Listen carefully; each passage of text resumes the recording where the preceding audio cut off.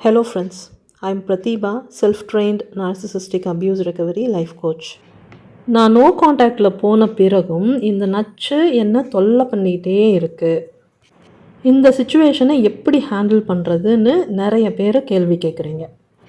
No contact பற்றி நான் வேறு ஒரு வீடியோவில் தெளிவாக எக்ஸ்பிளைன் பண்ணியிருக்கேன். அந்த வீடியோவோட லிங்க்கை நான் ஃபர்ஸ்ட் கமெண்ட்டில் ஷேர் பண்ணுறேன். நோ காண்டாக்டில் போகணும்னு நினைக்கிறவங்க அந்த வீடியோவை பாருங்கள். நோ காண்டாக்ட் பற்றி ஷார்ட்டாக சொல்லணுன்னா, நீங்கள் யாரை விட்டு விலகி போகணும்னு நினைக்கிறீங்களோ அவங்களுக்கும் உங்களுக்கும் இருக்கிற தொடர்புகளை வேரோடு கட் பண்ணிவிட்டு போகணும். உங்களோட contact number, social media accounts, common relatives, friends, இந்த மாதிரி உங்களை ரீச் பண்ணுறதுக்கான எந்த பிரிட்ஜும் அவங்களுக்கு அவைலபிளாக இருக்கக்கூடாது. உங்களை அவங்க கூட கனெக்ட் பண்ணுற எல்லா பிரிட்ஜஸையும் பிரேக் பண்ணிவிட்டு போகிறதுக்கு பேர் தான் நோ காண்டாக்ட்.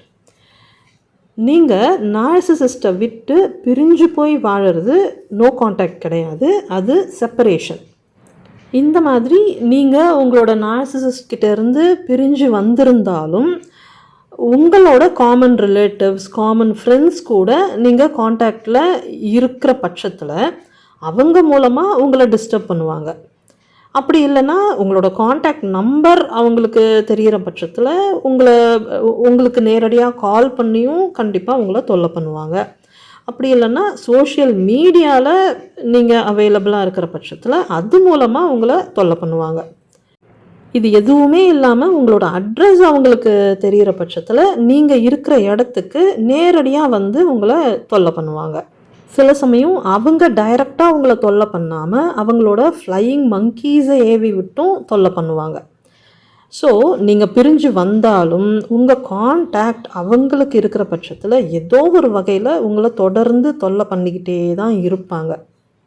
இவங்க நம்மளை வேண்டான்னு சொல்லிட்டு ஒதுங்கி போயிட்டாங்க, ஸோ இதோட நம்ம இவங்களை தொல்லை பண்ணக்கூடாது அப்படிங்கிற அந்த டீசன்சியோடையும் மேனர்ஸோடையும் இவங்க நடந்துக்க மாட்டாங்க.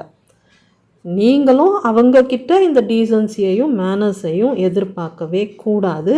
பிகாஸ் இந்த என்பிடி, அதாவது இந்த நார்சிசிஸ்டிக் பர்சனாலிட்டி டிஸார்டருங்கிறது நீங்கள் நினைக்கிற மாதிரி ஒர்க் அவுட் ஆகாது.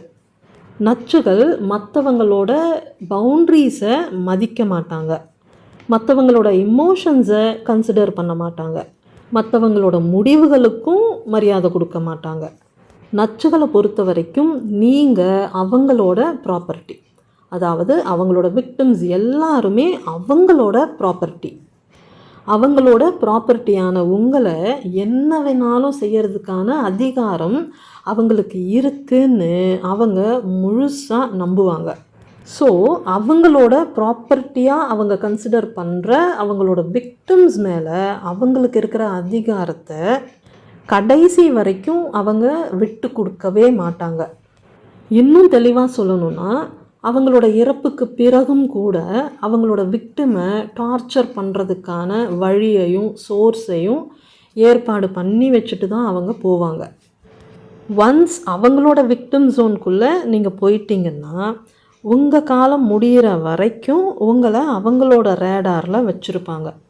அந்த ரேடார்லேருந்து தப்பிக்கிறதுக்கான ஒரே ஆப்ஷன் நோ காண்டாக்ட். பட் அந்த ஆப்ஷனை எல்லாராலையும் ப்ராக்டிக்கலி சூஸ் பண்ண முடியாது. ஓரளவுக்கு சிச்சுவேஷனை கண்ட்ரோல் பண்ணணுன்னா நீங்கள் உங்கள் சைடில் என்ன பண்ணுறதுன்னு மட்டும்தான் யோசிக்கணும். ஏன்னா அந்த கிறுக்குங்களை உங்களால் கண்ட்ரோல் பண்ண முடியாது. அவங்கள ஹேண்டில் பண்ணுறதை விட உங்களை நீங்கள் ஹேண்டில் பண்ணுறது ஈஸியாக இருக்கும். டாக்ஸிக் மேரேஜ்லேருந்து எக்ஸிட் ஆகணும்னு நினைக்கிறவங்க நார்சிசிஸ்ட்கிட்ட இருந்து செப்பரேட் ஆன உடனே டிவி கேஸ் ஃபைல் பண்ணுங்கள். கிட்ஸ் இருந்தாங்கன்னா இம்மீடியட்டாக சைல்டு கஸ்டடியை ஃபைல் பண்ணிவிடுங்க. அப்போது தான் குழந்தைங்க உங்கள் கஸ்டடியில் சேஃபாக இருப்பாங்க. டிவி கேஸ் ஃபைல் பண்ணிட்டா அதுக்கப்புறம் உங்களை தொல்லை பண்ணுற ரைட்ஸை அவங்க இழந்துடுவாங்க. இன்கேஸ் அவங்களுக்கு சாதகமாக பரிஞ்சு பேசிக்கிட்டு உங்களை கன்வின்ஸ் பண்ணுறதுக்காகவும் உங்களை த்ரெட்டன் பண்ணுறதுக்காகவும் அவங்களோட மங்கி ஸ்குவாட் உங்களை அப்ரோச் பண்ணுற பட்சத்தில் கோர்ட்டில் கேஸ் போய்கிட்டு இருக்கு, உங்களுக்கு அவங்க மேலே அவ்வளோ அக்கறை இருந்தால் ஹியரிங் வரும்போது அவங்க கூட கோர்ட்டுக்கு வாங்க, லீகலாக அவங்களுக்கு சப்போர்ட் பண்ணுங்க அப்படின்னு அவங்கக்கிட்ட சொல்லிடுங்க. இதுக்கு மேலே நீங்கள் என்ன தொல்லை பண்ணிக்கிட்டே இருந்தீங்கன்னா அப்யூசர் லிஸ்ட்டில் நான் உங்களையும் சேர்த்து உங்கள் மேலேயும் கேஸ் போட்டுடுவேன் அப்படின்னு சொல்லிடுங்க. அதுக்கப்புறம் தானாக அவங்க விலகி போயிடுவாங்க. யார்கிட்டேயும் உங்கள் சைடை நீங்கள் ப்ரூவ் பண்ண வேண்டிய அவசியம் உங்களுக்கு இல்லை. முக்கியமாக அவங்களுக்காக பரிஞ்சு பேசிக்கிட்டு வர்ற அந்த மங்கி ஸ்குவாட்கிட்ட நீங்கள் எவ்வளோ தான் உங்கள் பக்கத்து நியாயத்தை எடுத்து சொல்லி ப்ரூவ் பண்ண நினச்சாலும் உங்களோட எனர்ஜி தான் வேஸ்ட் ஆகும். மற்றபடி அதில் ஒரு பலனும் இருக்காது. ஸோ உங்களோட எனர்ஜியையும் டைமையும் நீங்கள் எதில் இன்வெஸ்ட் பண்ணுறீங்க அப்படிங்கிறதுல தெளிவாக இருங்க. ஸ்பௌஸாக இல்லாமல் வேறு ஏதாவது ரிலேஷன்ஷிப்பில் உங்களுக்கு ப்ராப்ளம் இருந்தால் நீங்கள் ஸ்ட்ரிக்டாக பவுண்ட்ரிஸ் செட் பண்ணுங்கள். பவுண்ட்ரி செட் பண்ணுறதை பற்றியும் ஒரு டீட்டெயில்டு வீடியோ போட்டிருக்கேன். ஃப்ளையிங் மங்கீஸை டீல் பண்ணுறதை பற்றியும் வீடியோ போட்டிருக்கேன். அந்த வீடியோஸோட லிங்க்ஸையும் ஃபஸ்ட் கமெண்ட்டில் ஷேர் பண்ணுறேன், அதையும் பாருங்கள்.